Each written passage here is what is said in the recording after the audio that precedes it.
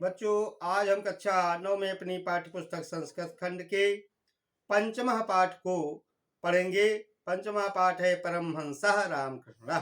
रामकृष्ण परमहंस, इसके बारे में आज हम पढ़ेंगे। प्रस्तुत गद्यांश हमारे पाठ्य पुस्तक संस्कृत खंड के परमहंस रामकृष्ण नामक पाठ से लिया गया है।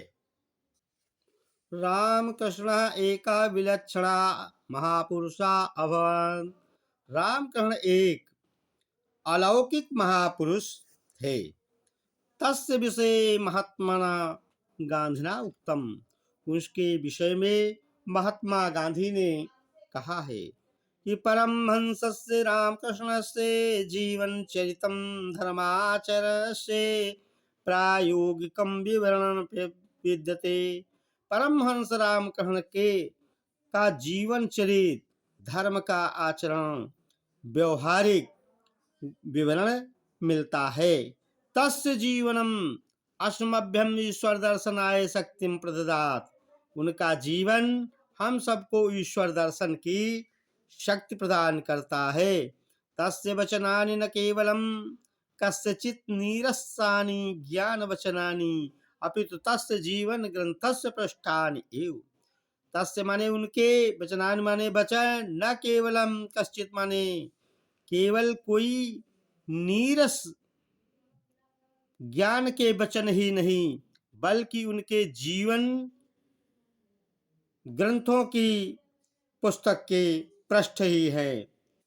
कहते हैं उनके वचन केवल किसी नीरस ज्ञान के वचन ही नहीं, बल्कि उनके जीवन रूपी पुस्तक के पृष्ठ ही है। तस्य जीवनम अहिंसाया मूर्तिमान पाठा विद्यते। तस्य जीवनम उनका जीवन अहिंसा की साकार मूर्ति है। स्वामिनः रामकृष्णस्य जन्म बंगेश हुगली प्रदेशस्य कामारपुकुर स्थाने 1836 ख्रीस्ताब्दे अभवत्। स्वामी रामकृष्ण का जन्म बंगाल के हुगली प्रदेश के कामारपुकुर नामक स्थान में 1836 ईस्वी सन में हुआ। तस्य पितरो परम धार्मिको आस्ताम। उनके माता पिता परम धार्मिक थे। बाल्यकालादेव रामकृष्ण अद्भुतम चरित्रम अदर्शन। बाल्यकालाद एवं माने बचपन से ही रामकृष्ण ने अद्भुत चरित्र का, अपने अद्भुत आश्चर्यजनक चरित्र को अदर्शत माने दिखाया। तदानीमेव ईश्वरे तस्य सहजाने निष्ठा अजायत। उसी समय ईश्वर में उनकी स्वाभाविक निष्ठा हो गई। ईश्वर के प्रति स्वाभाविक ईश्वर के प्रति विश्वास हो गया। ईश्वरस्य आराधनावसरे न सहज समाधौ अतिष्ठा। ईश्वर की प्रार्थना, उपासना या पूजा के समय वो समाधि में एकाग्र चित्त होकर बैठ जाते थे। परम सिद्धो अपि स सिद्धीनाम प्रदर्शनम नोचितम अमन्यत। परम सिद्धि वाले होते हुए भी वह सिद्धियों के प्रदर्शन को उचित नहीं मानते थे। एकदा केनचित भक्तेन कस्यचित महिमा एव वर्णितः। एकदा माने एक बार, केनचित माने किसी, भक्तेन माने भक्त ने, कस्यचित माने किसी की, महिमा एव माने महिमा का, वर्णितः माने वर्णन किया। असौ महात्मा पादुकाभ्याम नदी तरती। ये महात्मा खड़ाऊ से नदी पार कर जाता है।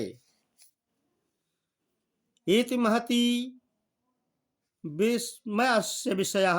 यह बड़े ही आश्चर्य का विषय है। परमहंसा रामकृष्ण मंदम अहसत औदच्चे। परमहंस रामकृष्ण धीरे से हंसे और बोले, अस्या सिद्धे मूल्यम प्रणद्वय मात्रम।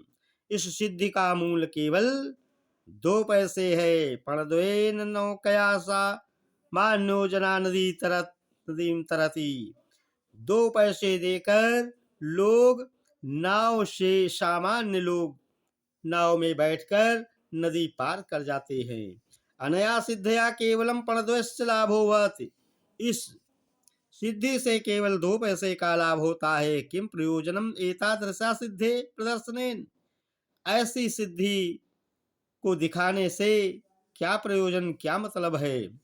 रामकृष्णस्य विषये एवं विधा बहवः कथानका प्रसिद्धा सन्ति। रामकृष्ण के विषय में इस प्रकार के अनेक कथानक प्रसिद्ध हैं।